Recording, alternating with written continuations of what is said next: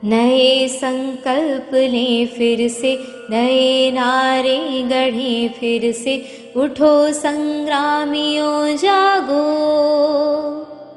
उठो संग्रामियों जागो। नई शुरुआत करने का समय फिर आ रहा है, कि जीवन को चटक गुलजार करने का समय फिर आ रहा है। चलो अब एक नए अभियान के पदचाप गूंजे, चलो अब एक नए अभियान के पदचाप गूंजे।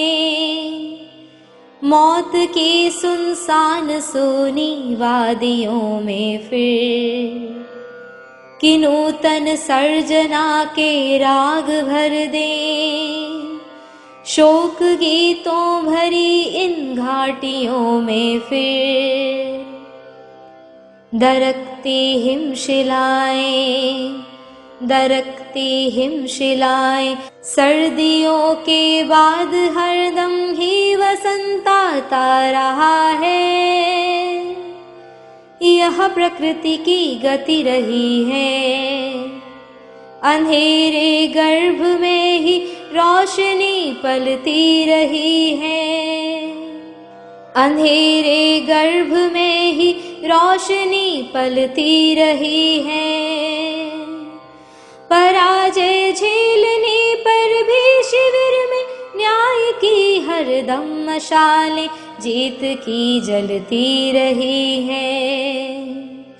पराजय आज का सच है, पराजय आज का सच है। समर तो शेष है फिर भी,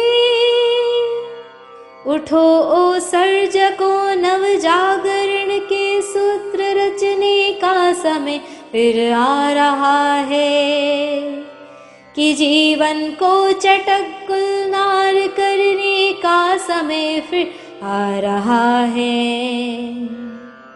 नए संकल्प लें फिर से, नए नारे गढ़ें फिर से, उठो संग्रामियों जागो, उठो संग्रामियों जागो। नई शुरुआत करने का समय फिर आ रहा है, कि जीवन को चटक गुलजार करने का समय फिर आ रहा है, फिर आ रहा है, फिर आ रहा है।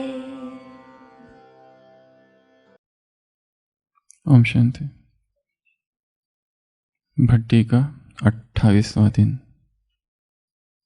3 सूत्रों पर यह भट्टी चल रही है। पहला स्वाध्याय, स्वयं को देखना। स्वाध्याय, साक्षी होकर देखना। स्वाध्याय, जो कहानी यहाँ बताई जा रही है उसे केवल सुनना नहीं, आंखों से देखना, अनुभव करना। दूसरा, सुबह की साधना 2 से 5।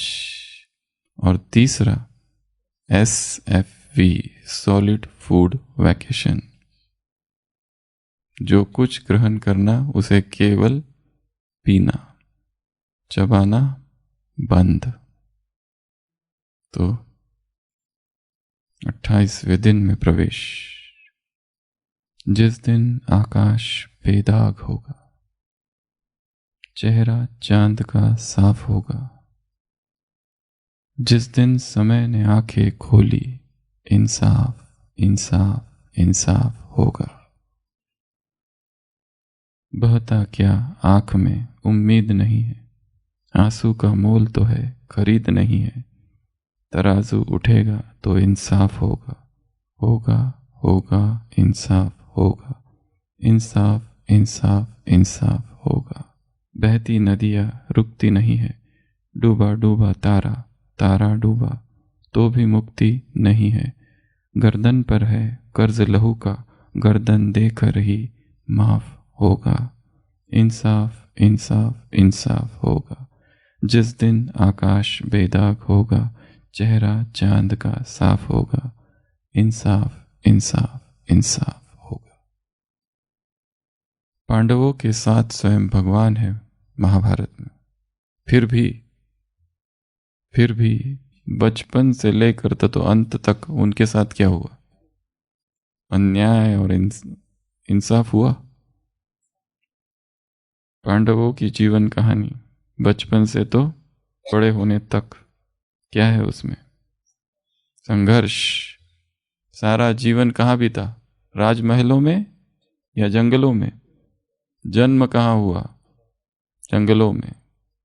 आए फिर गुरुकुल, फिर आए और फिर षड्यंत्र ही षड्यंत्र। कितना एक विचारणीय बात है ये कि भगवान जिनके साथ है उनके जीवन में मुसीबतों के सिवा कुछ दूसरा है ही नहीं। भगवान पग पग पर साथी है, पर पग पग पर अन्याय ही अन्याय। बचपन में जहर दे दिया गया, कई बार आक्रमण हुए, कई सारे षड्यंत्र रचे गए, कई बार उनको जला देने का प्रयत्न कर दिया गया। लाक्षागृह, वहां से छूटे, जंगल भटकते फिरे, यहां वहां, वापस आए, वापस राज्य का बंटवारा हुआ। उनको क्या मिला? खांडव प्रस्थ। चलो ये भी ठीक। बंजर भूमि को क्या बना दिया? इंद्रप्रस्थ। पर फिर से ईर्ष्या, फिर से दावपेच, फिर से षड्यंत्र, फिर से द्रौपदी चीरहरण, सारा राज्य खो दिया, सब खो दिया, फिर से वनवास। वो भी ठीक, वापस आ गए, अब दे दो राज्य। सुई की नोक इतना भी नहीं दूंगा। फिर लड़ाई। मामका पांडवश्चैव किम कर्तु संजय धर्मक्षेत्रे कुरुक्षेत्रे। ये क्या हो रहा है? ये ऐसी कहानी है पांडवों की। तो संसार में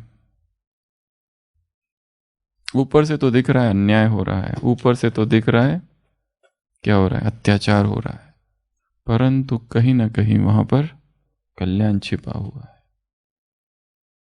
भगवान की मदद का अनुभव कब होता है? सुख सुविधाओं में,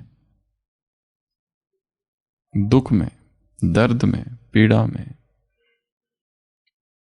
और संसार का तो यही दस्तूर है, जो आगे जाता है उसे नीचे खींचा जाता है। किसी राज्य में एक राजा बाहर निकला टहलने के लिए, उसे कांटा चुभ गया। उसने तुरंत मंत्रिमंडल बुलाया कि मेरे पैर में कांटा चुभ गया, कुछ करो। विद्वानों की सभा भरी। किसी ने कहा ऐसा होना ही नहीं चाहिए, आप महाराजा है, पूरी धरती को चमड़ी से ढक दो। किसान परेशान होकर कहने लगे कि ऐसा अगर हो गया तो फसल का क्या होगा? भागते भागते राजा के पास गए, रुको, ऐसा ना करे, हमारा क्या होगा? कोई दूसरा उपाय। फिर से मंत्रिमंडल, फिर से चिंतना, मंत्रणा, चर्चाएं, सब कुछ हुआ। और आखिरकार सभी विद्वानों ने मिलकर एक दूसरा उपाय निकाला। और दूसरा उपाय ये था कि इस धरती पर जितने कांटे हैं, सारी धूल को झाड़कर हटा दो। महाअभियान चालू हो गया, सफाई। धूल ही धूल, बवंडर उठने लगे धूल के। लोगों को खांसी, हालत खराब हो गई। अभी भी आ रही है बीच बीच में। इतना धूल, इतनी धूल कि फिर लोग गए, रोको, कुछ दूसरा उपाय। फिर से मंत्रिमंडल, और फिर नया उपाय।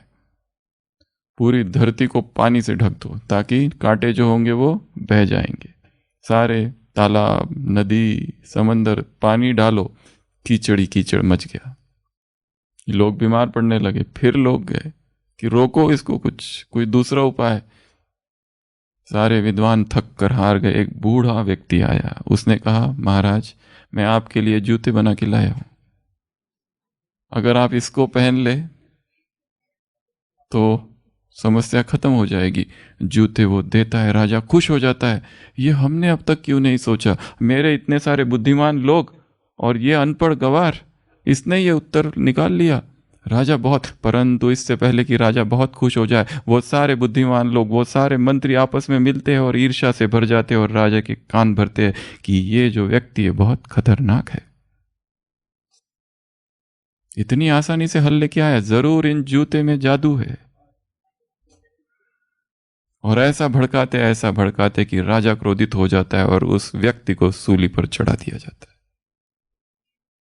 मंसूर को मार दिया, ईसा को सूली पर चढ़ा दिया, सुकरात को जहर दे दिया, मीरा को जहर दे दिया गया। सोए हुए लोगों को जो जो जगाएगा, जगाने वाले से प्यार होता है कि क्रोध आता है? हम अच्छे से सो रहे, अच्छी सी नींद, और कोई आके उठो, अमृत वेला चलना है, एक पल के लिए तो उसके प्रति क्या होता है, पर कुछ कह नहीं सकते, अपना वो क्रोध अंदर ही दबा देते हैं। इंसाफ इंसाफ इंसाफ होगा, परंतु इंसाफ एक दिन होगा। देर है अंधेर नहीं, विजय सत्य की ही होगी। तो कहां तक पहुंचे थे हम? 39 चालू था। 7 मार्च क्या हो गया था? एक के बाद एक तूफान चालू है। 7 मार्च का तूफान पूरा हुआ, अभी आगे बढ़ते हैं। क्योंकि पुलिस की गाड़ी आई और सबको पकड़ कर लेके गई। इतना आसानी से सहन करेंगे इतना बड़ा अपमान? अब तो पूरी हवाओं में नफरत है, हेट्रेट है। इसलिए उन सब ने क्या किया, अब गवर्नमेंट पर प्रेशर डालना चालू किया कि कुछ भी करो पर इस ओम मंडली को बंद करो किसी भी हालत में। नफरत, घृणा। और एक सूक्ष्म बात जो पहले बताना भूल गई थी, बाबा का जो साथी था सेवक राम, वो भी बाबा के खिलाफ हो गया था बाद में, क्योंकि उसने अपना एक स्टेटमेंट ओम मंडली को दिया, वो एंटी ओम मंडली को दिया था। वो स्टेटमेंट क्या था? उसका ये कहना था कि मैं बाबा को, दादा लेखराज को कई सालों से जानता हूं और मुझे पता है वो बनारस गए थे और बनारस में जाके एक साधु से उन्होंने हिप्नोटिज्म सीखा 10,000 रुपयों में। सेवक Ram Khubchand Daswani, on solemn affirmation that I have known Lekhraj Khubchand, founder of Om Mandli, since last 35 years. मैं उनको 35 साल से जानता हूँ। That I was his partner in the concern of Lekhraj Sevakram at Kolkata. वो कहता है कि 8 साल पहले हम दोनों एक जगह से जा रहे थे जहाँ पे एक साधु था, वो रहस्यमय साधु था और दादा लेखराज उसको बार बार मिलते थे और 10,000 रुपये उन्होंने बैंक अकाउंट से निकाले और उस साधु को दिए। And that I know it is for the fact that he did not live a pure moral life. ये उनका जो साथी था उसका रिकॉर्डेड स्टेटमेंट है। कहाँ पर? ओम मंडली, एंटी ओम मंडली के इसमें रिकॉर्ड्स में। जिसके साथ कितना समय काम किया? 35 ईयर्स। हर दिन अखबार में कुछ ना कुछ लिख के आ रहा है। ऐसी परिस्थितियों में कोई अचल रहे, कितनी बड़ी खूबी है, कितना निश्चय है। कोई हमारे खिलाफ अगर 10 पेज का एक लेटर दे दे हमारे सीनियर्स को, उसमें सब बातें लिखी हुई है ज्ञान युक्त, तो उस समय सीएम है अल्लाह बख्श। ये बहुत अच्छे व्यक्ति थे अल्लाह बख्श। इनको यहाँ तक कि ब्रिटिश गवर्नमेंट ने बहुत सारे टाइटल्स दिए थे और उसमें से एक टाइटल था बहादुर, खान बहादुर का, पर इन्होंने ये टाइटल वापस कर दिया, नहीं चाहिए। और ये जैसे खान अब्दुल गफ्फार खान और मौलाना आज़ाद, ये तीनों लोग टू नेशन थियरी के खिलाफ थे। मतलब भारत का बंटवारा ना हो, अखंड भारत रहे। टू नेशन थियरी जो है इसके खिलाफ थे, क्योंकि इन्होंने सोच लिया था कि क्या क्या परिणाम हो सकता है इसका। इसलिए उन्होंने, क्योंकि भारत तो तब एक ही था, अखंड भारत है, ये जो टाइटल्स ब्रिटिश ने दिए थे उसको वापस कर दिया। और नेताजी सुभाष चंद्र बोस ने अल्लाह बख्श सुमरो का बड़ी तारीफ की थी रेडियो पर इस डिसीजन के लिए। तो वो जो सीएम था, इसने इस पर बहुत प्रेशर दिया। किसने? एंटी ओम मंडली ने। क्या कहा इसको कि ये जो सिंध की मिनिस्ट्री है इसमें दोनों हिंदू और मुस्लिम, अगर तुमने इसको डिसबैंड नहीं किया, बैन नहीं किया ओम मंडली को, तो हम लोग क्या कर देंगे? रिजाइन कर देंगे सारे हिंदू। और हिंदू अगर रिजाइन कर दे तो पूरी वो जो मिनिस्ट्री हो खत्म हो जाएगी, डिसॉल्व हो जाएगी। और धीरे धीरे जो मुस्लिम लोग थे उनको भी भड़काने लगे। तो पर इतना होने के बाद भी ये जो सीएम थे बहुत पावरफुल सीएम थे। इनका जो भाषण है वो भाषण दिया गया 24 मार्च 1939 इन द सिंध पार्लियामेंट में। इसका इस किताब में वर्णन है, आप सबने पढ़ा भी होगा। क्या कहा उन्होंने उसमें? जगदीश भाई लिखते हैं, उन्होंने स्पष्ट कहा कि मंत्रिमंडल के हिंदू सदस्यों ने हमें त्यागपत्र की धमकी दी है, परंतु हम किसी भी धमकियों से डरने वाले नहीं हैं। यह सीएम का स्टेटमेंट है। हम किसी भी धमकियों से, हरेक को अपने धार्मिक मान्यता के अनुसार सत्संग या साधना करने का कानूनी अधिकार है। हम कैसे? रिलीजन राइट है, हर व्यक्ति किसी की भी पूजा कर सकता है। पत्थर की करो, मूर्ति की करो, जानवर की करो, जिसकी करना है करो, कोई रोक सकता है क्या? ये राइट है हर व्यक्ति का। ओम मंडली पर प्रतिबंध किस धारा के अंतर्गत लगाया जाएगा? और धारा लगी 144 की धारा लगा दी यहां पर, 144। उन्होंने हजरत मोहम्मद का उदाहरण देते हुए तथा अन्य सुधारकों का हवाला देते हुए यह भी कहा कि शुरू में वो लोग भी संख्या में थोड़े थे और उन पर भी लोगों ने बहुत अत्याचार किए थे। उन्होंने स्पष्ट शब्दों में कहा कि दादाजी से जो भी जायज मांग की जानी थी उन्होंने पूरी की। उन्होंने यह भी कहा कि वास्तव में जाति तो एंटी ओम मंडली कर रही है, परंतु अंत में जब उन्होंने अपने मंत्रिमंडल इसी कारण से टूटते देखा तो थोड़े से झुक गए और फिर एक ट्रिब्यूनल नियुक्त किया गया। तो इनका भाषण बहुत अच्छा था, प्रसिद्ध भाषण है, परंतु इन्होंने जब देखा कि मंत्रिमंडल ही टूट रहा है तो ये भी कुछ नहीं कर सके, ये भी कमजोर पड़ गए अंदर से। और फिर ट्रिब्यूनल बना, और ये ट्रिब्यूनल बहुत ही खतरनाक था। ट्रिब्यूनल क्या कहता है? ट्रिब्यूनल कहता है 144 धारा,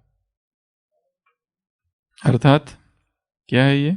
144, एक है कर्फ्यू, एक है 44 की धारा। ये दो अलग अलग है, ये दो अलग अलग चीजें हैं।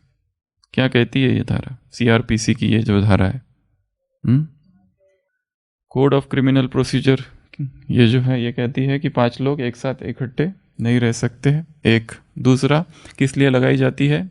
सुरक्षा, या कोई बीमारी है या कोई दंगे की संभावना है, तब 144। अगर इसको कोई तोड़ता है तो 3 साल अंदर। कितना समय तक लगाई जा सकती है धारा?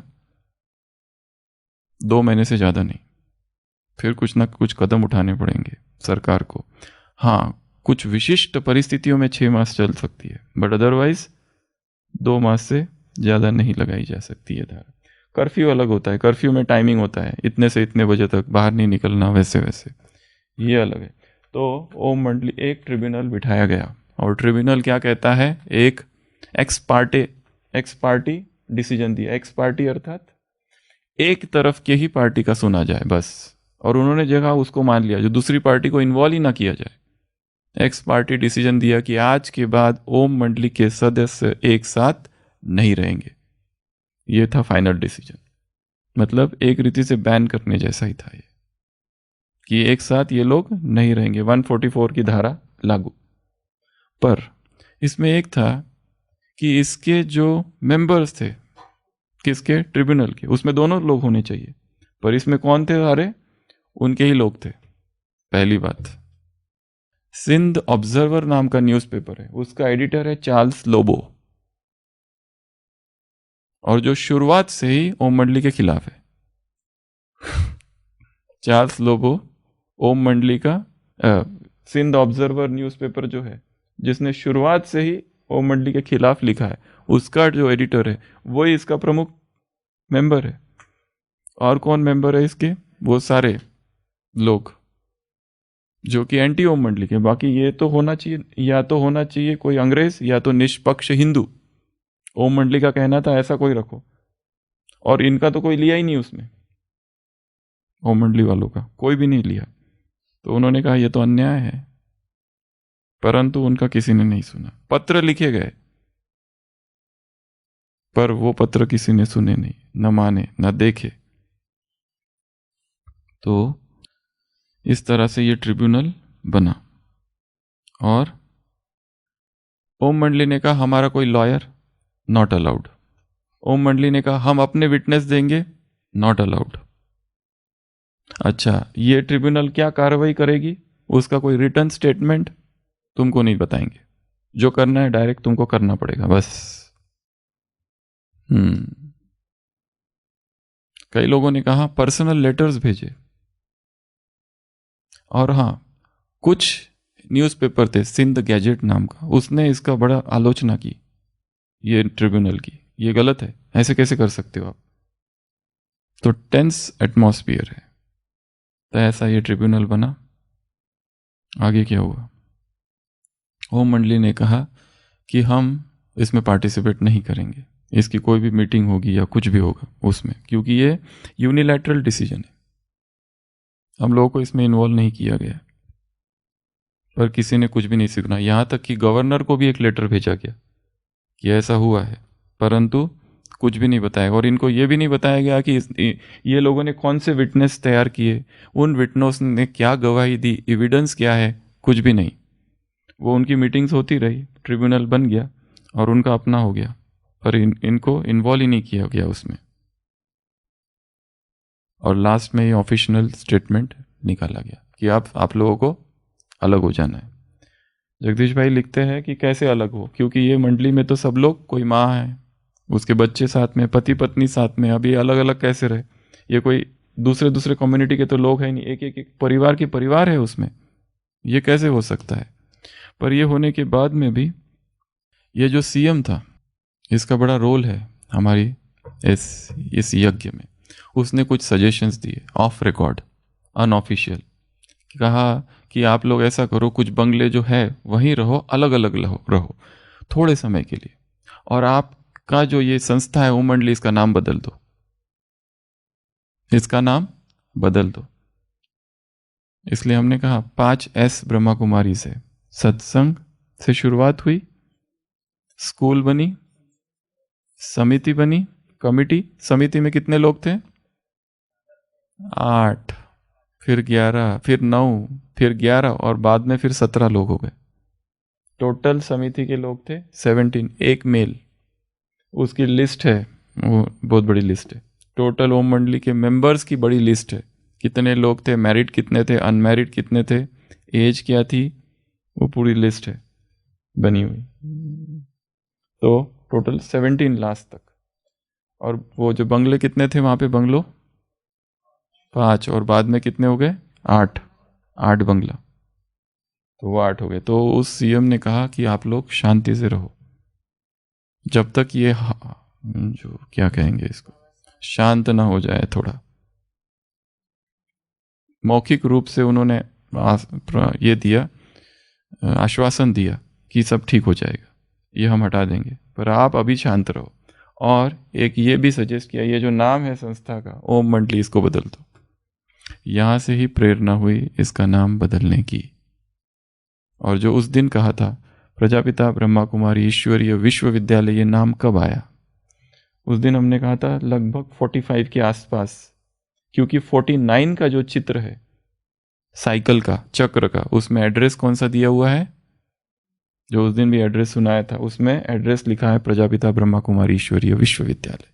ओम मंडली एड्रेस नहीं है उस समय, ये एड्रेस दिया हुआ है।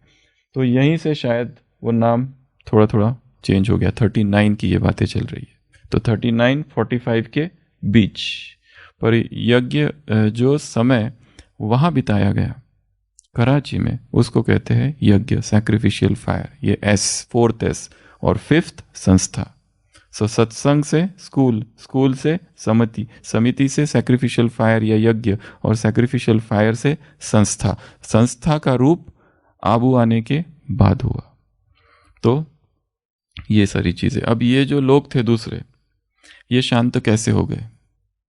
सब कुछ कर लिया और 2 परीक्षाएं बाकी है, वो कल और परसों लेंगे। ये उसके बाद अगले 10 साल के लिए शांति है। अगले 10 साल के लिए 1940 से 1950 तक एक दूसरी तपस्या का वायुमंडल चालू होगा। 10 ईयर्स, टोटल 11 ईयर्स लगभग।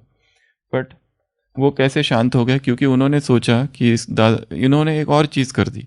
जितने न्यूज़पेपर थे उन सबको कहा कि इनको डोनेशन देना ही नहीं, क्योंकि बाबा के पास पैसे कितने थे उस दिन भी सुनाया था, 10 लाख तब के। ओम निवास बांधने के लिए कितना खर्चा किया था? 1 लाख, कई जगह लिखा है 70,000। ओ स्कूल, ओम हाई स्कूल, अभी तो यहाँ आ गए, ये तो किराए पर लिया हुआ है कराची का।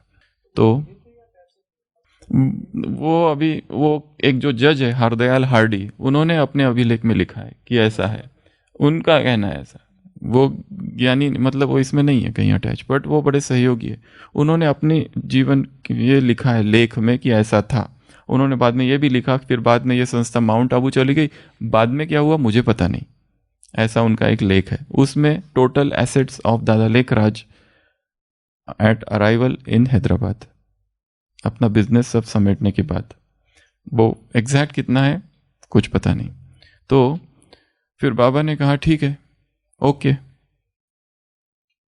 स्वीकार कर लिया इस डिसीजन को, और सब अलग अलग रहने लगे। बाबा, उनका परिवार एक बिल्डिंग में, ओम राधा माता एक बिल्डिंग में, बच्चे भाई अलग अलग बिल्डिंग में, सब डिस्ट्रीब्यूट हो गए।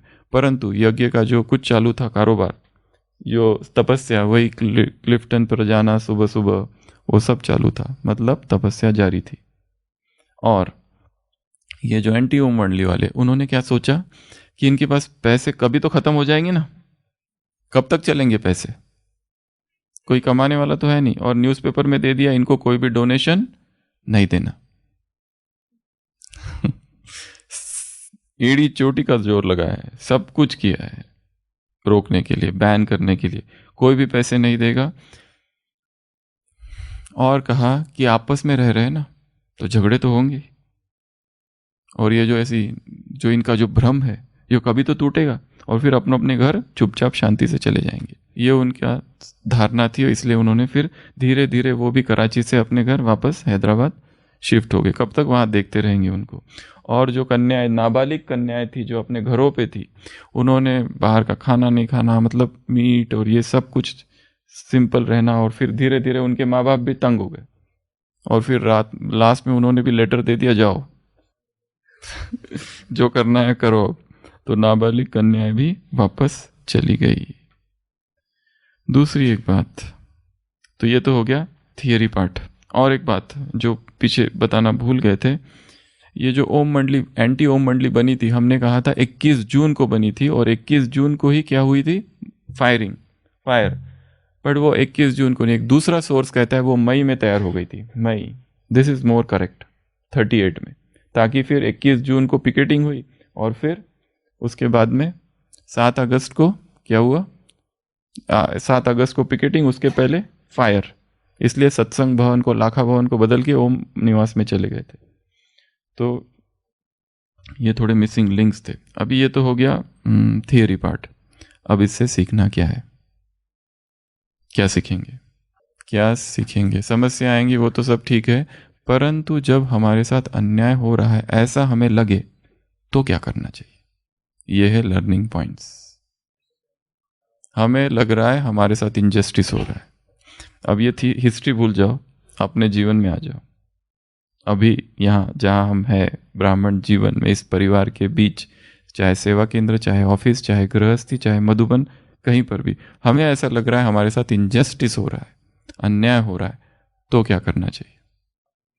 अपने निश्चय को पक्का रखना और हर चीज़ में कल्याण है। जैसे एक व्यक्ति किसी का मर्डर कर देता है उसके घर में घुस के और वहाँ से भागने लगता है, उसके पीछे लोग भागने लगते हैं, वो भागने लगता है, बहुत क्रूएल व्यक्ति है, वो भागता है, बहुत खंडरों में कहीं छिप जाता है, उसको लगता है अब मैं सुरक्षित हूँ। सुबह निकलता है तो एक व्यक्ति उसको पहचान लेता है, ये वही है, फिर भागने लगता है, फिर जंगल में जाता है। जंगल में जाता है तो वहाँ उसे शेर की दहाड़ सुनाई देती है, झाड़ पर चढ़ जाता है छिपने के लिए ऊपर, और झाड़ पर चढ़ता है तो एक अजगर वहां पर, सोचता है अब क्या करूं, और उसको सामने नदी दिखती है, नदी में कूद जाता है, वहां पे मगरमच्छ वो उसको पकड़ के खा जाता है। कर्मा हिट्स बैक, कोई भी छूट नहीं सकता। जो भी हम कर रहे हैं, कर्म फिलॉसफी क्या कहती है? कर्म वापस आएगा, कोई भी छूट नहीं सकता, और इस ड्रामा में अन्याय हो नहीं सकता। और हम अगर पांडव है और भगवान साथ है तो ज्यादा होगा, क्योंकि भगवान एक दूसरी एक सोचने की बात है, ये परमात्मा यज्ञ है, उस इतनी गड़बड़ हो रही है, इतना लोग विरोध कर रहे हैं, अगर वो चाहता तो ये विरोध को रोक नहीं सकता था? अगर वो चाहता तो कितना स्मूथ इसको ले जा सकता था, सबकी बुद्धि घुमा के। फिर भी इतना सबको सहन करना पड़ रहा है, कोई मर रहा है, क्या क्या हो रहा है, फिर भी वो चुपचाप है, साक्षी है, और वो कहता है मेरा तुमसे बहुत प्यार है, तुम्हारे बिना मुझे सूना सूना लगता है। और ये एंटी वो मंडली, और ये पिकेटिंग, और ये फायरिंग, और वो कल बताया था क्या, मेंढा रैम और मुझे तुमसे बहुत प्यार है, वाह बच्चे वाह। और ये क्या है फिर, यही प्यार है? हाँ, दिल से कहो बाबा तो बाप हासिर है। और समस्या देखो कितनी है, जरूर उसके मन में हमारा परम कल्याण समाया हुआ है। वो चाहता है कि हम बहुत मजबूत बने, बहुत शक्तिशाली बने, एकदम ठोक ठोक के इनको हर चीज का अनुभव हो जाए, जीवन के हर परिस्थिति का, हर धोखे का, बहादुर बन जाए। देखो कैसे धोखा दे दिया सेवक राम जी ने जिस पार्टनर के साथ 35 साल जिस व्यक्ति के साथ रहे, आश्चर्य है ना ये भी। और विघ्न किसके पड़ते हैं? असुरों के। दूसरा, ईश्वरीय यज्ञ में असुरों के विघ्न पड़ते हैं, परंतु दोनों असुर देवता सब यही है। असुर की परिभाषा, जो दूसरों की स्थिति को गिराता है वो असुर, जो दूसरों की स्थिति को उठाता है वो देवता। ये है सिंपल असुर और देवता की परिभाषा। जो अपने कटाक्ष से, वाणी से वार करके दूसरों को गिराता है वो है असुर, और जो दूसरों की स्थिति उठाता है वो है देवता। ये परिभाषा है। तो विघ्न तो पड़ेंगे असुरों के, इसलिए क्या, परिस्थिति एक रस रहनी चाहिए, स्थिति एक रस रहनी चाहिए, बस ये। अब फिर से उसी प्रश्न पर आता है कि हमें ऐसा लग रहा है हमारे जीवन में अन्याय हो रहा है, तो क्या करना चाहिए? साइकोलॉजिकली क्या करना चाहिए? क्या अपने किसको यूज करना है? नहीं, क्योंकि क्या है, जब कोई व्यक्ति एक निगेटिव फीलिंग के साथ जीता है तो उसका शरीर धीरे धीरे प्रभावित होने लगता है और शरीर में बीमारी आने लगती है। लंबा समय मन में क्रोध रहा और ये रहा भाव कि मेरे साथ अन्याय हो रहा है, तो क्या होता है, शरीर बीमार पड़ने लगता है। इसके लिए सबसे पहली बात है कंपैशन। कंपैशन अर्थात करुणा स्वयं पर। माना है बहुत बुरा हो रहा है, सब तरफ से अन्याय हो रहा है, परंतु अपने ऊपर करुणा अर्थात अपने को नीचे गिरने नहीं देना है। और भगवान साथ है, विजय सत्य की ही होगी, लास्ट में विजय सत्य की ही होगी, लास्ट में विजय पांडवों की ही होगी, ये निश्चय। और हम वो पांडव है। और ये सब किस लिए हो रहा है? हमें मजबूत बनाने के लिए, हम शक्तिशाली बन रहे हैं। इसके पहले भी सुनाया था, सूफी संत लिखता है, मैं तुमको सिखाता हूं इसलिए नहीं मैं तुमसे ज्यादा जानता हूं, परंतु तुमसे ज्यादा ठोकरें मैंने खाई है, इसलिए मैं तुम्हें सिखाता हूं। और वो ठोकरें बाहर नहीं खाएंगे, इसी ब्राह्मण परिवार में खाएंगे। ठाकुर बनना है ना, ऐसे ही बना देंगे? इतनी बड़ी राजाई देनी है तुमको, जो जितना हायर पोस्ट पर रहेगा उसके दुश्मनों की कमी नहीं होगी। इन सच्चाई के मार्ग पे दुश्मनों की कमी नहीं, अंबार लगे हुए हैं। बाबा की किससे दुश्मनी थी? किससे थी दुश्मनी? कहां से खड़े हो गए ये सारे? कुछ किया उन्होंने? कभी जाके कहा उनसे? कुछ भी नहीं कहा। और जब विरोध कर रहे थे तभी भी ये भी नहीं कहा कि जाके माफी मांगी, कुछ भी नहीं, साक्षी। और दूसरा, ये निर्णय करना कि अपने आप को नीचे गिराना ये व्यर्थ नहीं है। ये दूसरे हमारे बारे में 10 चीजें कह रहे, पर जरूरी है कि हम उससे प्रभावित हो जाए। ओम मंडली का, एंटी ओम मंडली का रिपोर्ट है, 5, 7, 9, 10 पेजेस का। ऐसा भयंकर रिपोर्ट है, बहुत ही खतरनाक। क्या क्या ये लोग करते और कैसे धर्म को नष्ट कर रहे हैं, भारत की सभ्यता को नष्ट कर रहे हैं। नाम तो कहते हैं इधर की आत्मा परमात्मा की बातें करते, पर शास्त्रों के विरोध में है, ये गीता के विरोध में है, इनको तो बैन कर देना चाहिए। ऐसी भयानक भयानक भयानक बातें लिखी है उसमें। कैसे ये हिप्नोसिस से ये जो न्यूरोटिक वुमेन है उनको ये सब कर रहा है। बहुत भयंकर रिपोर्ट है उनकी।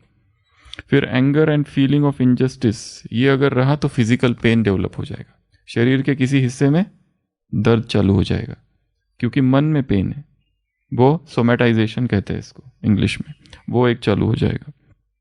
और अपने आप को उस सिचुएशन से थोड़ा अलग करके देखना है। और कई बार ऐसा जब होता है तो ट्रीटमेंट की आवश्यकता पड़ती है, क्योंकि क्रोध अंदर समाया हुआ है। पॉजिटिव इमेजरी, विजुअलाइजेशन, देखना कि ये सब हो रहा है परंतु भगवान साथ है और सत्य विजय मेरी ही होगी। सभी परिस्थितियों से मैं निकलकर बाहर निकल जाऊंगा। और संसार में किसी ऐसा कोई नहीं है कि जिसका विरोध नहीं हुआ। विवेकानंद कहीं गए गांव में, लोगों ने कहा ये देखो चंडाल आया है, जवान आदमी है, तुम भीख मांगते हो, सन्यास लेकर बैठे हो, कमाई करो, नौकरी करो। दूसरे गांव में जा रहे, वहां लोग कह रहे हैं देखो देवता है, सत्कार हो रहा है, कहीं सत्कार, कहीं पर राजमहलों में सो रहे तो कहीं फुटपाथ पर सो रहे। पर योगी अप्रभावित है इन चीजों से। कौन सा ऐसा धर्म स्थापक है जिसका विरोध नहीं हुआ? जहां क्रांति होगी वहां विरोध होगा। इसके लिए इनसे डरना नहीं है, कुछ भी हो जाए। ये यज्ञ की कहानी जो है ये केवल स्टोरी नहीं है, ये अभी हमारे जीवन में हो रही है। और इन लोगों ने जो कुछ किया वो अब हमको करना है। वो ब्रह्मा, वो दादा लेखराज, मैं ही हूं। उनके साथ जो कुछ हुआ वो अब मेरे साथ हो रहा है। परंतु भगवान को छोड़ा नहीं, परंतु मार्ग पर आगे जाते रहे। दोस्त, साथी, मित्र, संबंधी सब छोड़ देंगे, कोई नहीं रहेगा, परंतु आगे बढ़ते जाना है इस निश्चय के साथ कि इंसाफ होगा होगा होगा। फ्योडोर दोस्तोयेव्स्की, कल भी शाम एक बात उनकी सुनाई थी। एक दूसरी कहानी है फ्योडोर दोस्तोयेव्स्की की कि जीसस क्राइस्ट के गुजरे 1800 वर्ष हो गए। जीसस क्राइस्ट ऊपर से सोचता है कि मैं जब धरती पर आया था मैंने अनाउंस किया था मैं जीसस क्राइस्ट हूं, मुझे सूली पर चढ़ा दिया, पर आज तो आधी धरती मेरी है, तो मैं जाकर देखता हूं क्या हो रहा है। वो वापस धरती पर आता है। ये नॉवेल है फ्योडोर दोस्तोयेव्स्की का, रशियन ऑथर। वापस धरती पर आता है, संडे के दिन एक चर्च के सामने जाके खड़ा होता है। कौन सा चर्च? जहां उसका जन्म हुआ था, जेरूसलम, नाजरत। और वहां से देखता है लोग आ रहे हैं। वो कहता है ये गलती मैं अब नहीं करूंगा, तब मैंने कहा था कि मैं ईश्वर पुत्र हूं तो लोगों ने मुझे सूली पर चढ़ा। वो कहता है मैं अब चुपचाप, क्योंकि ये तो सब जानते, सब मेरे भगत है, पूरी आधी धरती का मैं राजा हूं। वो लोग आते हैं, कहते हैं ये कौन है? कहते ए तुम कौन हो? ये जीसस क्राइस्ट जैसे तुम एक्टिंग कर रहे हो यहाँ बैठे। वो कहते एक्टिंग नहीं, मैं खुद जीसस क्राइस्ट हूँ, मैं स्वयं जीसस क्राइस्ट हूँ। वो कहते तुम एक्टर हो, बहरूपिया हो, निकलो वहां से। वो कहते कैसे समझाऊं? अरे कैसे समझाऊं? तब तक पोप आ जाता है। वो कहते हैं जीसस क्राइस्ट को लगता है ये तो मेरा आदमी है, पूरा जीवन इसने मुझे समर्पित किया है, ये लोग तो अज्ञानी है, फिर भी मतलब भगत है खाली, पर पोप तो मेरा विशेष है ना, पोप तो मुझे पहचान ही लेगा। पोप कहता है तुम यू फूल, कम आउट, इसको पकड़ो, ये बिल्कुल जीसस क्राइस्ट नहीं, बहरूपिया, ये ढोंगी है, शार्लेटन। तो उसको सारे लोग पकड़ते और जेल में डाल देते चर्च के कोठरी में। जीसस क्राइस्ट बेचारा रात भर चर्च वो कोठरी में बैठा है अंधेरे में, और आधी रात को पदचाप सुनाई देते हैं, आवाज, देखता है तो पोप, वो कहता है आप, पोप कहता है मुझे पता है आप जीसस क्राइस्ट हो, मैंने तो तुम्हें वही पहचान लिया था। जीसस को लगता है अच्छा, पर वो कहता है ज़्यादा खुश होने की ज़रूरत नहीं है, मेरे बिजनेस में तुम इंटरफियर मत करो क्योंकि तुम्हारे नाम पर ही सब चल रहा है। जो तब हुआ था अगर यहां रुके तो अब भी वही होगा, वही होगा। इसलिए कृपया करके चुपचाप जाने दो और जो कुछ हमारा चल रहा है ठीक ठाक चलने दो, बना बनाया सब गड़बड़ मत करो अब यहां आके। इंसाफ यही होता है संसार। तो ज्यादा अपेक्षाएं नहीं रखना इस संसार से कि संसार मुझे समझे, मेरी इच्छाओं को, मेरी भावनाओं को, मेरी महानता को ये लोग समझ जाए मैं कितना महान हूं। जितना ऐसा सोचोगे उतना क्या समझेंगे, तुम ही गड़बड़ करते हो, हटाओ। तो क्या सीखना है, ये जो कुछ हुआ एक तरफ से तो अन्याय दिख रहा है पर अंदर से इसी से सीख रहे हैं सब लोग। दूसरा, जो उस दिन हमने ओम राधा का देखा, 59 प्रश्न पूछे गए कोर्ट में, इसका क्या फायदा हुआ? नहीं, एक फायदा हुआ, मम्मा कचेरी करती थी जब माउंट में आए, वो कचेरी कैसे करना वो कहाँ से सीखा, वो निर्भयता कहाँ से आई? 21 एज, 21 साल की कन्या जेल कोर्ट में जाती और ऐसे उतपटांग उसको सवाल पूछे जाते। 30-40 तो उस दिन सुना है, 5-6 तो छोड़ दिए थे, वो बहुत ही खतरनाक थे। वो उसको कैसे उलट पुलट कर दिया। तो ये बहुत काम आया बाद में। कहाँ काम आया? मधुबन में कचेरी होती थी। वैसी एक दादी प्रकाश मणि का भी उदाहरण है। दादी प्रकाश मणि और मोहिनी बहन एक बार अमृत वेला माता का रूप धारण किया, ऐसे घूंघट वगैरह ओढ़ के, और वो उधर घुस गए अंदर मधुबन निवासियों को देखने के लिए क्या कर रहे और देखा जो जो सो रहा है उनको नोट किया उस समय और फिर सबको बुलाया, उन जिनको नोट किया था। हाँ, किसी ने ऊपर से कहा, शायद राजू भाई थे, कि माता जी यहाँ क्या कर रहे हो, ये भाइयों का स्थान है। फिर उन्होंने कहा ऐसे दिखाया हम कौन है फिर वो भी उनके साथ आ गए, शायद राजू भाई, शायद। तो वो गए और एक एक को नोट किया, कौन सो रहा है, कौन सो रहा है, कौन सो रहा है। और फिर उनको बुलाया, अच्छा मुरली सुनी? सबने कहा हाँ दादी हमने मुरली सुनी। अच्छा नाश्ता किया? हाँ दादी नाश्ता किया। अच्छा सैर करके आ गए? हाँ दादी अभी नक्की से सैर करके आए। जब अच्छा सेवा चालू है? हाँ दादी बहुत अच्छी चालू। जब इतना सब अच्छा चालू है तो अमृत वेला क्यों नहीं उठते पकड़े गए ना तो मम्मा ने ये जो कुछ है यज्ञ में, जो कुछ हुआ है वो अब हो रहा है, वो हिस्ट्री समझ के छोड़ नहीं देना है, अब नाउ।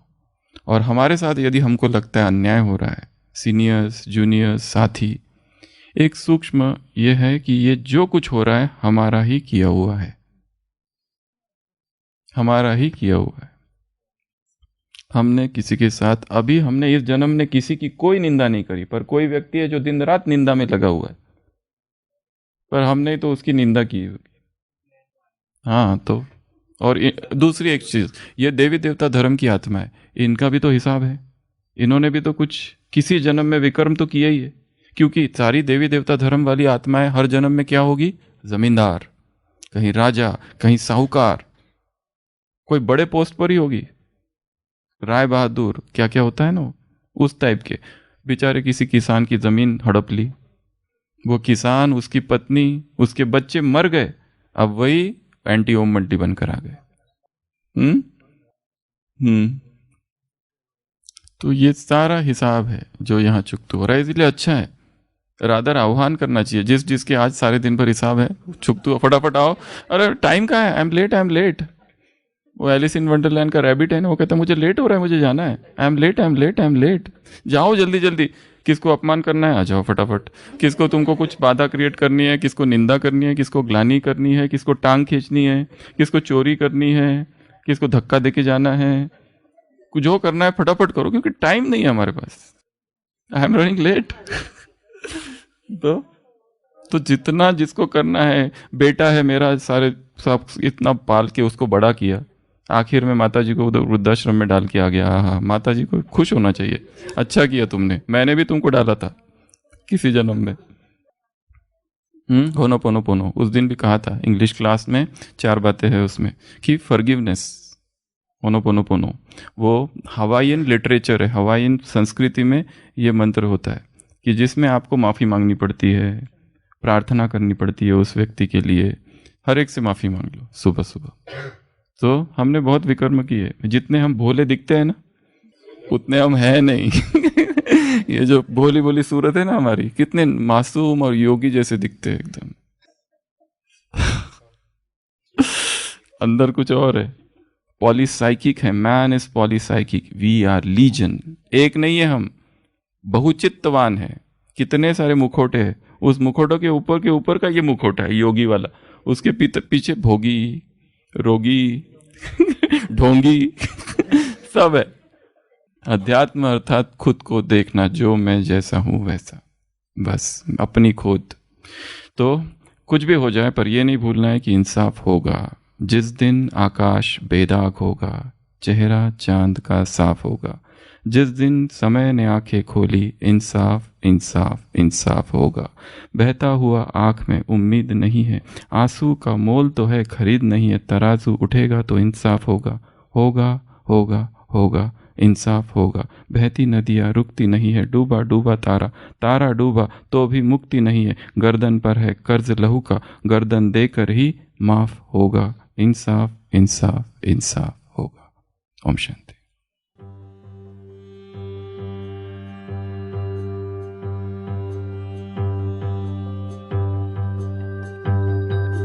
जिस दिन आकाश बेदाग होगा, चेहरा चांद का साफ होगा,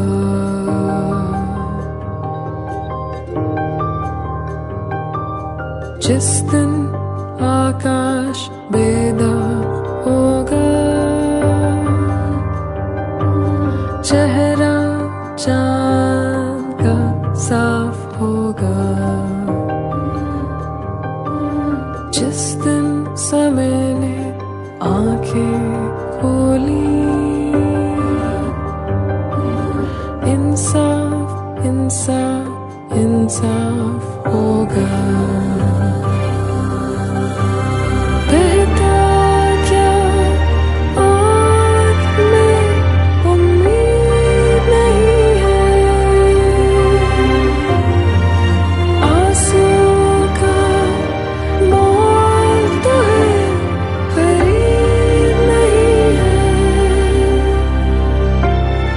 तराजू उठेगा तो इंसाफ होगा, होगा होगा इंसाफ होगा, इंसाफ इंसाफ इंसाफ होगा।